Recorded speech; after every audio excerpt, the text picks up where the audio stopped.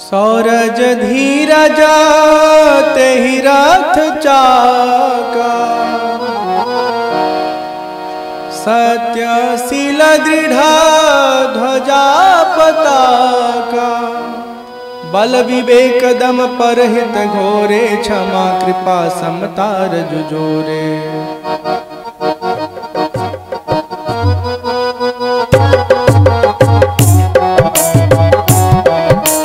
बल विवेक दम परहित घोरे, क्षमा कृपा समता जुजोरे। ईस भजन सारथी सुजाना, बिरत चर्म संतोष कृपाना। दान परसोधि शक्ति प्रचंडा, बर विज्ञान कठिन को दंडा।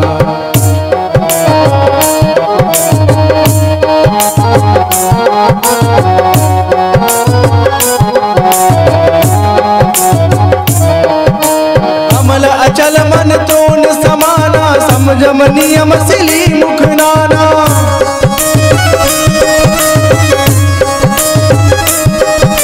कवच अभेद विप्र गुर पूजा, एहि सम विजय उपाय न दूजा।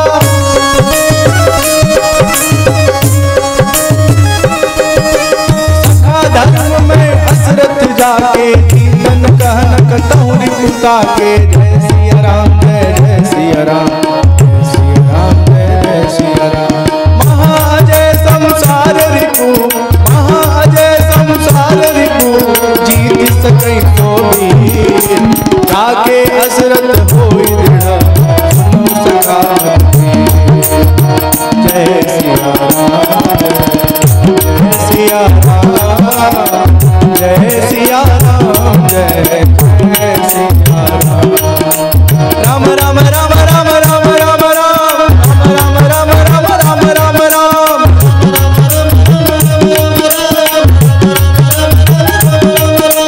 राम राम राम राम राम राम राम, राम राम राम राम राम राम।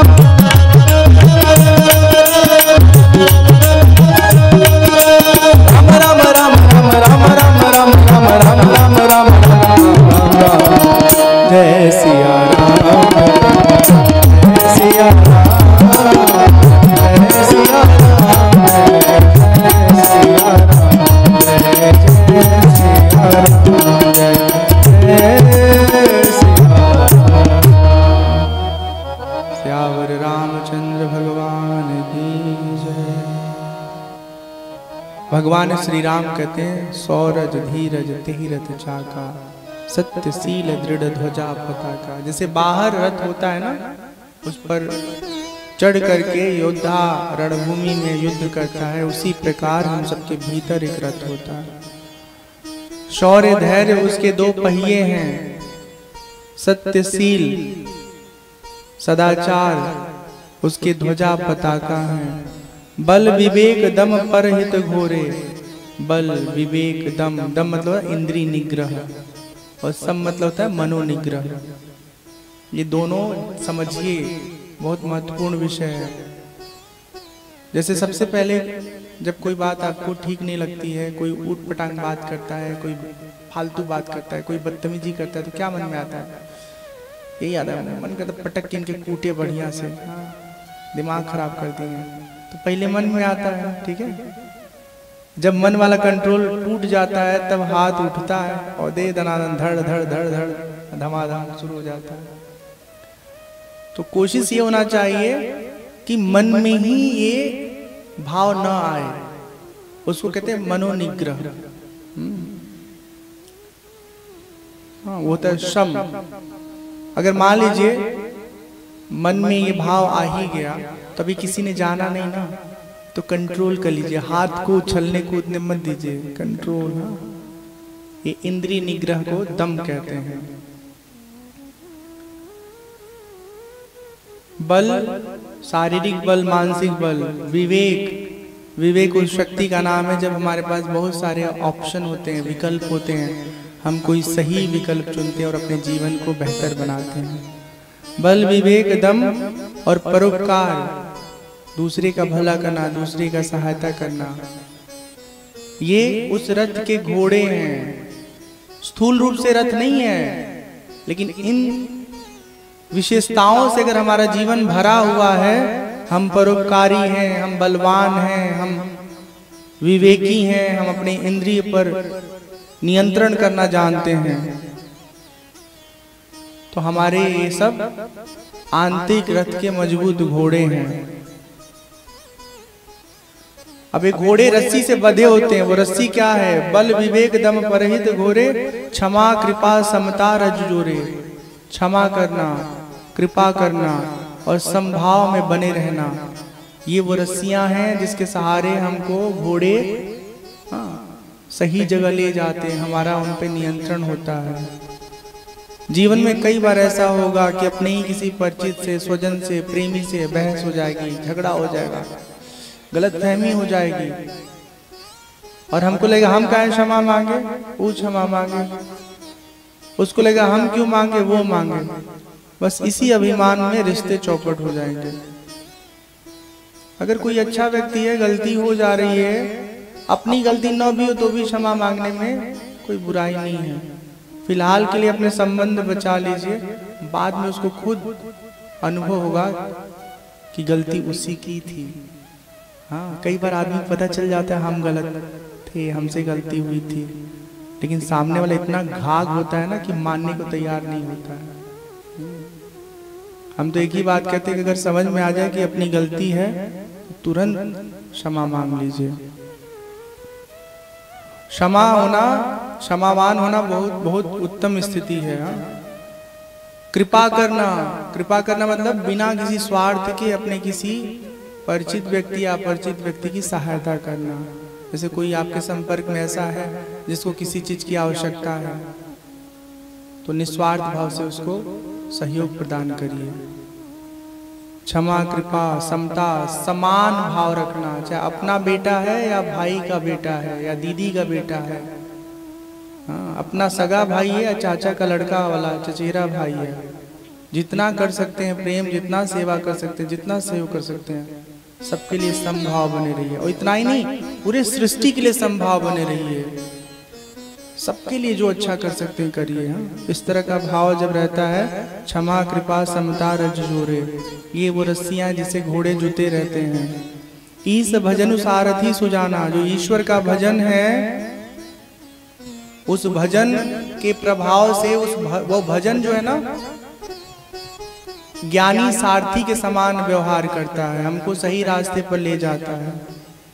विरति चर्म संतोष कृपाना, जो हमारे जीवन का वैराग्य है वो ढाल की तरह काम आता है। जो आपने देखा होगा ना महाराणा प्रताप की छवि, वहाँ एक हाथ में ऐसे ढाल पकड़े होते हैं, दूसरे हाथ में तलवार लिए होते हैं। तो जब कोई आक्रमण करता है तो उसके वार को हम उस ढाल से रोकते हैं, खुद को बचाते हैं। जिसके जीवन में वैराग्य है वो कभी फंसता नहीं लोभ लालच के चक्कर में। आजकल आए दिन हम लोग खबर देखते हैं, कोई पढ़ लिख के बहुत बड़ा अधिकारी बन गया, हाँ? अभी जब उसको नौकरी मिली तो काम करने के बदले में सरकार से तनख्वाह तो मिल ही रहा है, लोगों से घूस भी खा रहा है। अभी बीते दिनों एक कोई अधिकारी थी महिला, बड़ी नौकरी ज्वाइन की थी, पहले दिन ही उसने 10,000 रुपये घूस लिया और पहले दिन वो पकड़ी गई। जीवन चौपट हो गया, करियर खराब हो जाएगा ना। आपको जब सरकार आपके कार्य के लिए सेवा शुल्क दे रही है, नौकरी में तनख्वाह दे रही है, तो आप लोगों से क्यों अलग से पैसे लेते हैं? लेकिन पढ़ने लिखने के बाद भी बुद्धि मूर्खता से भरी रहती है और उसी चक्कर में अपना सत्यानाश कर लेते लोग। वैराग्य होना बहुत जरूरी है। वैराग्य जिसके अंदर नहीं होता ना, वो कहीं भी फंस जाएगा।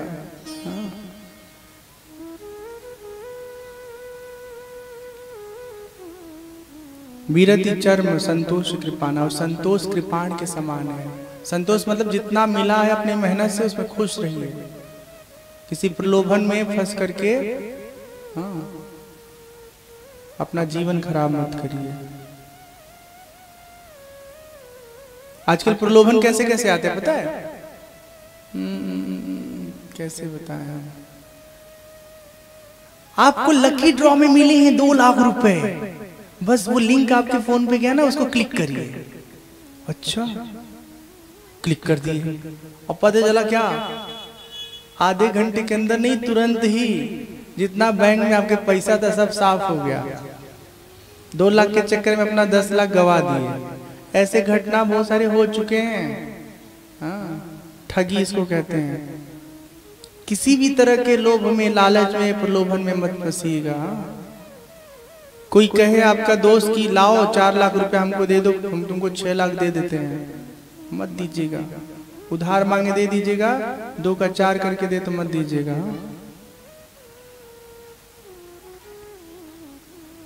दान परसु बुद्धि शक्ति प्रचंडा, वर विज्ञान कठिन को दंडा। जो दान की स्थिति है ना, बहुत सुंदर स्थिति है। दान समझते ना, किसी जरूरतमंद व्यक्ति को दान करना, उसकी जरूरत पूरी करना। हम ही नहीं करें खाली किसी बाबा को दान करिए, किसी पंडित जी को दान करिए। हम तो हर जगह ये बात कहते हैं कि अगर अपने घर में, अपने संबंध में कोई ऐसा व्यक्ति है जो जरूरतमंद है, जैसे मान लो 3 भाई बहुत अच्छी स्थिति में हैं, बहन की स्थिति ठीक नहीं है, या 2 भाई की अच्छी स्थिति, 1 भाई की स्थिति ठीक नहीं है, पापा की स्थिति अच्छी है, चाचा की स्थिति ठीक नहीं है, गांव में कोई व्यक्ति बहुत अच्छा है, उसकी स्थिति ठीक नहीं है। अपने संपर्क में ही अगर कोई व्यक्ति कमजोर है, परेशान है, तो उसकी थोड़ी थोड़ी सहायता करके उसको आगे बढ़ाइए, उसको मजबूत करिए। किसी की पढ़ाई में कुछ मदद कर दीजिए। हाँ, कोई गरीब बच्चा है, उसके लिए होली दीपावली पे कोई कपड़ा खरीद दीजिए, स्कूल बैग खरीद दीजिए। ये भी दान का सबसे सुंदर स्वरूप है। दान करने से हमारे पाप जो है उसका प्रभाव कम होता है। जैसे मान लीजिए बैंक से आपने लोन लिया है ना, तो आपका कोई परिचय नहीं है तो बहुत कड़ी कार्रवाई हो सकती है। लेकिन अगर थोड़ा परिचय है फिर क्या होगा, कार्रवाई थोड़ी हल्की हो जाएगी। उसमें अलग अलग तरीके से व्यवस्था बना के आपको और अधिक अवसर दिया जा सकता है कि आप 2 दिन की जगह 4 दिन में अपना कर्ज अदा कर दीजिए। जब दान करते हैं तो हमारा पुण्य जो है बढ़ता है, और जो पाप है ना उसका वेग थोड़ा कम हो जाता है। दान फरसे की तरह जो हमारे पाप के प्रभाव को कम करता है। दान परसु बुद्धि शक्ति प्रचंडा, बुद्धि प्रचंड शक्ति है हमारे जीवन में। और श्रेष्ठ विज्ञान धनुष के समान है, जिस पर हम बाण रख करके अपने सामने दुश्मन पर वार करते हैं। अमल अचल मन त्रोण समाना, निर्मल मन स्थिर मन तरकस के समान है, जिसमें वो बाण रखे जाते हैं। सम जम नियम सिली मुखनाना, ये सम यम ये ढेर सारे बाण हैं। शौच, संतोष, तप, स्वाध्याय, ईश्वर प्रधान, अहिंसा, सत्य, स्तेय, ब्रह्मचर्य, अपरिग्रह, योग के बड़े बड़े ये विषय हैं। हाँ, इसमें जाएंगे तो आप लोग और उलझ जाएंगे। किसी की रुचि होगी तो विशेष तौर पे हम उसको बता देंगे।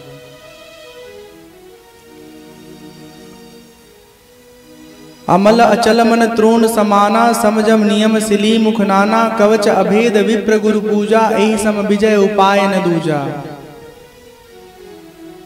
गुरुदेव की पूजा, ब्राह्मणों की पूजा से जो फल मिलता है वो हमारे लिए एक औरा की तरह होता है, हमारी रक्षा करता है। उनका जो आशीर्वाद मिलता है, जो उनसे कृपा मिलती है। राम जी कहते हैं, सखा धर्म में असरथ जाके, जीतन कह न कतहु रिपुता के। हे विभीषण, जिसके जीवन में इस तरह का धर्ममय रथ है, उसके हृदय के भीतर उसको कोई नहीं जीत पाएगा। वो केवल संसार के युद्ध को ही नहीं, अपने जीवन के आवागमन चक्र को भी जीत करके सदा सदा के लिए मुक्त हो जाएगा। देखिए, समजम नियम, सम हम बताए थे, मनोनिग्रह को सम कहते हैं। और यम नियम जो है वो है अहिंसा, सत्य, स्तेय, ब्रह्मचर्य और परिग्रह। ये 5 यम हैं। अहिंसा मतलब जैसा देखा सुना वैसा बोलना, अहिंसा सत्य। सत्य जैसा देखा सुना वैसा बोलना। अहिंसा मतलब मनसा वाचा कर्मणा, किसी को दुख नहीं पहुंचाना। अहिंसा सत्य स्तेय, किसी का सामान देखा और मन हो गया कि काश हमारे पास भी हो, तो इसको चोरी कहते हैं। ऐसा नहीं सोचना कभी। किसी का कुछ पड़ा हुआ उठाना तो दूर, उसको सोचना भी नहीं है कि मेरा हो जाए। अहिंसा सत्य स्तेय ब्रह्मचर्य, स्थूल और सूक्ष्म रूप से ब्रह्मचारी होना, ठीक है। अपने मन को निरंतर भगवान में लगा के रखना। अहिंसा सत्य स्तेय ब्रह्मचर्य अपरिग्रह, अनावश्यक चीजों में अपने आप को नहीं उलझा के रखना। बाजार गए, ये भी खरीद लो, वो भी खरीद लो, ये भी खरीद लो, वो भी खरीद लो, दुनिया भर का अनावश्यक चीज खरीद के झोले में लेके चले आए। हाँ, इस्तेमाल उसका होना नहीं है, खाली घर में सजाए पड़े हुए हैं। रोज उसको साफ करते हैं, फिर रख देते हैं, फिर साफ करते रख देते हैं। तो ये सब फालतू के चीजों में अपना ध्यान नहीं लगाना है। यम हो गया नियम, शौच संतोष तप स्वाध्याय ईश्वर प्रणिधान। शौच हृदय से, अंदर से और बाहर से, शरीर से और आत्मा से, दोनों तरफ से अपने आप को शुद्ध रखना। संतोष बताया था, जो कुछ मिला उसमें खुश रहना। तप, गर्मी में गर्मी सहना, ठंडी में ठंडी सहना तप होता है। हाँ, और इसके और भी बहुत सारे स्वरूप हैं। जैसे हम तो ये समझते हैं कि हमने गलती किया है, हमें डांट पड़ी है, तो हिसाब किताब बराबर हो गया। हमने गलती नहीं किया, फिर भी हमारे माता पिता ने हमको डांट दिया, तो कुछ नहीं बोलना है, उनके डांट को चुपचाप सह लेना है। अगर ऐसा हम कर पा रहे हैं तो ये भी एक तरह का बहुत सुंदर वाला तप है। अप्रतिकार पूर्वक जीवन जीना तपस्या का एक स्वरूप है। शौच संतोष तप हो गया। स्वाध्याय, सुबह शाम हर दिन सदशास्त्रों का अध्ययन करना। वेद पुराण रामायण भगवत गीता के 2 श्लोक 4 श्लोक पढ़ करके उस पर मनन करना, चिंतन करना, अपने आप को जानना समझना कि हम कौन है, कैसे, हमारा स्वरूप क्या है। शौच संतोष तप स्वाध्याय ईश्वर प्रणिधान, नाम सुमिरन को ईश्वर प्रणिधान कहते हैं। अपने श्वास के एक एक प्रवाह पर, श्वास लेने और छोड़ने की पूरी प्रक्रिया में भगवान के नाम का सुमिरन बनाए रखना। हमने कहा क्यों छोड़े, बता देते हैं अभी। हम यदि इस तरह की हमारी प्रवृत्ति है तो हम संसार सागर में भी विजय प्राप्त करेंगे और युद्ध के मैदान में भी कभी नहीं हारेंगे, वहां भी जीत जाएंगे। हम सबका जीवन सफल हो जाएगा।